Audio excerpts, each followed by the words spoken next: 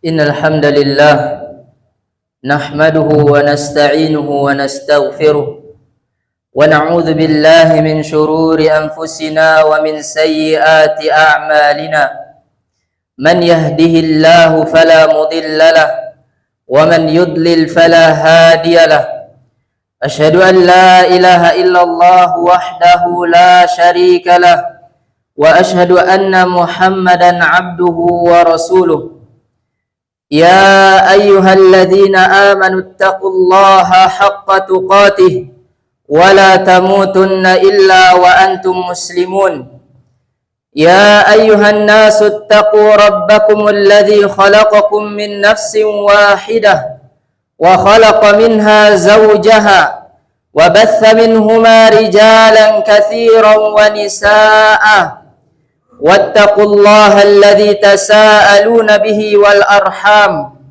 إن الله كان عليكم رقيبا فإن كل محدثة في الدين بدعة وكل بدعة ضلالة وكل ضلالة في النار. Ma'asyiral muslimin rahimani wa rahimakumullah.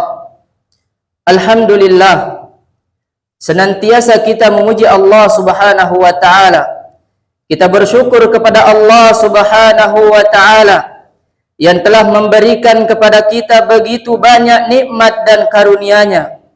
Di antaranya nikmat iman, nikmat Islam, nikmat kesehatan dan waktu luang, nikmat dimudahkan oleh Allah Subhanahu wa taala dalam menjalankan perintah-perintahnya dan menjauhi larangan-larangannya.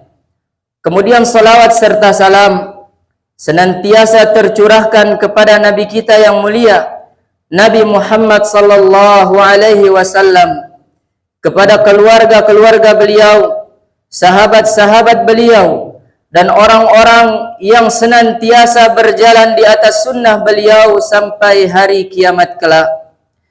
Ma'asyiral muslimin rahimani wa rahimakumullah. Sesungguhnya Allah Subhanahu wa taala telah menjadikan niat sebagai suatu perkara agung di sisinya. Niat adalah suatu perkara yang sangat penting sekali untuk kita perhatikan. Karena dengan niat kita bisa mendapatkan pahala yang besar, dan dengan niat pula kita bisa mendapatkan pahala yang kecil, bahkan tidak mendapatkan pahala sedikit pun. Oleh karena itulah sebagian ulama mengatakan, rubba amalin saghirin tu'azzimuhu niyyah wa rubba amalin kabirin tusaggiruhu niyyah. Betapa banyak amalan-amalan kecil menjadi besar karena niatnya, dan betapa banyak amalan-amalan besar menjadi kecil karena niatnya. Bahkan sebagian ulama mengatakan, niyatul mu'min khairun min a'malihi. Niat seorang mukmin itu lebih baik daripada amalnya. Karena tatkala seorang itu benar-benar mengikhlaskan niatnya karena Allah Subhanahu wa taala, maka itu akan sangat berpengaruh terhadap amalan-amalan salehnya. Namun ketika niat seorang itu bengkok, hanya mengharapkan dunia dan pujian manusia, maka ini akan menjadi malapetaka bagi dirinya sendiri. Kata Allah Subhanahu wa taala, "Man kana yuridul hayatad dunya wa zinataha nuwaffi ilaihim a'malahum fiha wa hum fiha la yubkhasun. Ulaika alladhina laysa lahum fil akhirati illa an-nar wa habita ma sana'u fiha wa batilum ma kanu ya'malun." Kata Allah Subhanahu wa taala, barang siapa yang menginginkan kehidupan dunia dan perhiasan-perhiasannya, maka kami akan berikan apa yang dia inginkan dari amalannya tersebut tanpa dikurangi sedikit pun. Mereka itulah orang-orang yang kelak di akhirat tidak akan mendapatkan apapun kecuali api neraka. Batal amalannya dan sia-sia usahanya. Ma'asyiral muslimin rahimani wa rahimakumullah. Ketika seseorang mengerjakan suatu amalan dan niatnya tidak ikhlas karena Allah Subhanahu wa taala, maka di akhirat kelak dia tidak akan mendapatkan apapun kecuali api neraka. Allah Subhanahu wa taala tidak menerima amalnya karena niatnya tidak ikhlas karena Allah Subhanahu wa taala. Kita lihat betapa banyak amalan-amalan yang agung, amalan-amalan yang nilainya besar, justru menjadi amalan yang paling hina di sisi Allah Subhanahu wa taala. Imam Muslim meriwayatkan hadis dari Abu Hurairah radhiyallahu anhu bahwasanya Nabi sallallahu alaihi wasallam bersabda, ada 3 orang yang pertama kali masuk ke dalam api neraka. 3 orang ini adalah orang yang pertama kali dilemparkan ke dalam api neraka oleh Allah Subhanahu wa taala. Yang pertama adalah seorang yang alim dan qari. Di akhirat kala Allah akan memanggilnya dan mengatakan kepadanya, apa amalmu? Maka orang ini akan mengatakan, ya Allah, ya Rabb, dahulu di dunia aku belajar ilmu, aku mengajarkan ilmu karena Engkau ya Allah. Aku membaca Al-Quran dan mengajarkannya karena Engkau ya Allah. Lalu Allah mengatakan kepada yang engkau dusta. Dahulu di dunia engkau belajar dan mengajarkan ilmu agar supaya engkau disebut sebagai seorang yang alim. Dahulu di dunia engkau membaca Al-Quran dan mengajarkannya agar engkau disebut sebagai seorang qari, dan engkau telah mendapatkan predikat tersebut, engkau telah mendapatkan sebutan tersebut, maka diseretlah dia dan dilemparkan ke dalam api neraka jahanam. Kemudian yang kedua adalah seorang yang mati syahid, orang yang meninggal dalam keadaan berperang di jalan Allah. Kelak di akhirat Allah akan memanggilnya dan bertanya kepadanya, apa amalmu? Lalu orang ini akan mengatakan, ya Rabb, dahulu di dunia aku berperang di jalanmu sampai aku terbunuh karena engkau ya Allah. Lalu Allah akan mengatakan kepadanya, engkau dusta. Dahulu di dunia engkau berperang hanya supaya orang menyebutmu sebagai seorang pahlawan dan pemberani, dan engkau telah mendapatkan sebutan tersebut. Lalu diseretlah dia dan dilemparkan ke dalam api neraka jahanam.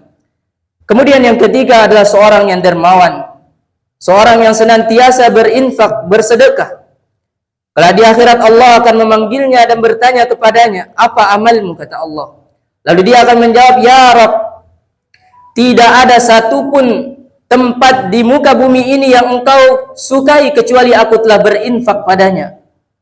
Lalu Allah mengatakan kepadanya, engkau dusta. Dahulu di dunia engkau berinfak, engkau bersedekah agar supaya engkau disebut sebagai seorang yang dermawan, dan engkau telah mendapatkan sebutan tersebut. Lalu diseretlah dia dan dilemparkan ke dalam api neraka jahanam. Subhanallah, ma'asyiral muslimin rahimani wa rahimakumullah. Padahal menuntut ilmu adalah suatu amalan yang agung di sisi Allah Subhanahu wa taala.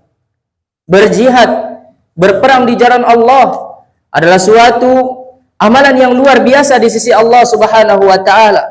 Bersedekah, berinfak adalah suatu amalan yang besar di sisi Allah Subhanahu wa taala. Tapi karena niatnya bengkok, niatnya hanya mengharapkan dunia dan pujian dari manusia, maka amalan-amalan tersebut menjadi amalan yang paling buruk, menjadi amalan yang paling hina, menjadi amalan yang paling rendah di mata Allah Subhanahu wa taala. Maka saudaraku yang semoga senantiasa dirahmati Allah Subhanahu wa taala, setiap mukmin yang menginginkan keselamatan bagi dirinya, hendaknya dia benar-benar menjaga niatnya, karena syaitan akan selalu berusaha untuk membengkokkan niat-niat kita.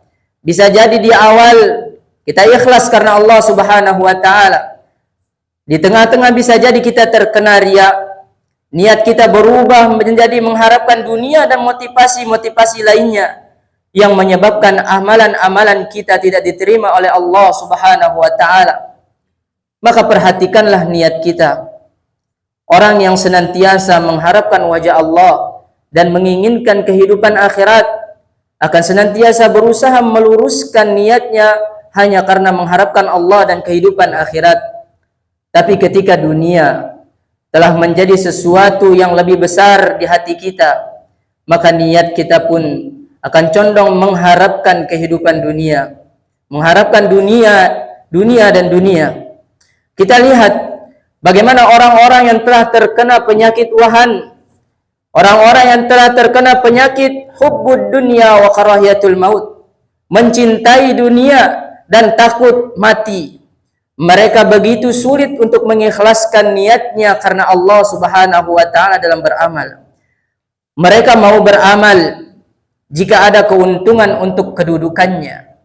Mereka mau beramal jika ada keuntungan untuk kehidupan dunianya. Jika tidak ada, mereka enggan untuk beramal. Mereka tidak mau untuk berinfak. Mereka tidak mau untuk bersedekah. Maka betapa kasihannya orang-orang seperti ini. Dia mengira bahwasannya dunia yang ia kejar akan membuatnya kekal selama-lamanya. Padahal hakikatnya harta dan dunia yang ia kejar itu akan mengazabnya dalam api nerakanya Allah Subhanahu wa taala. Aqulu qawli hadza wa astaghfirullah li wa lakum wa lisairil muslimina min kulli dzamb fastaghfiruhu innahu huwal ghafurur rahim. Di sisi Allah Subhanahu wa taala, walaupun amalan kita kecil dan sedikit, ketika Rasulullah sallallahu alaihi wasallam Isra Mi'raj, beliau sallallahu alaihi wasallam diperlihatkan seorang laki-laki yang berjalan di dalam surga. Ternyata laki-laki tersebut masuk ke dalam surganya Allah hanya karena ranting yang ia singkirkan dari jalanan. Hanya karena amalan yang dianggap sepele, ternyata dia masuk ke dalam surganya Allah Subhanahu wa taala. Mengapa bisa demikian? Tentu yang membesarkannya adalah niatnya. Oleh karenanya Rasulullah sallallahu alaihi wasallam bersabda, "Man tasaddaqa bi'adli tamratin min kasbin tayyibin wa la yas'adu ila Allah illa at-tayyib, fa inna Allah ta'ala yaqbaluha bi yaminihi, thumma yurabbiha li sahibiha kama yurabbi ahadukum faluwahu hatta takuna mithlal jabal."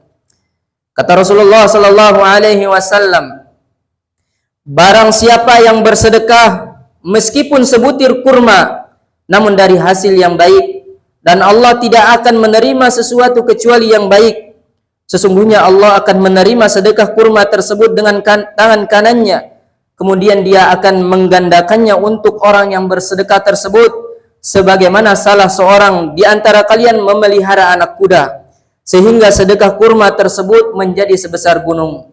Subhanallah, padahal hanya sebutir kurma, suatu amalan yang dianggap remeh di mata manusia, namun karena ia berasal dari rezeki yang halal dan keikhlasan hati yang benar-benar tulus mengharapkan ridha Allah Subhanahu wa taala, maka sebutir kurma tersebut Allah kembang biakan sehingga besar menjadi sebesar gunung. Maka saudaraku yang dirahmati Allah Subhanahu wa taala, marilah kita senantiasa berusaha untuk meluruskan niat-niat kita.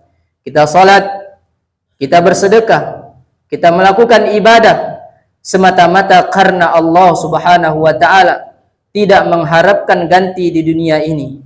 Bahkan di dalam aktivitas dunia pun kita niatkan karena Allah Subhanahu wa taala, sehingga harapannya bernilai pahala di sisi Allah Subhanahu wa taala.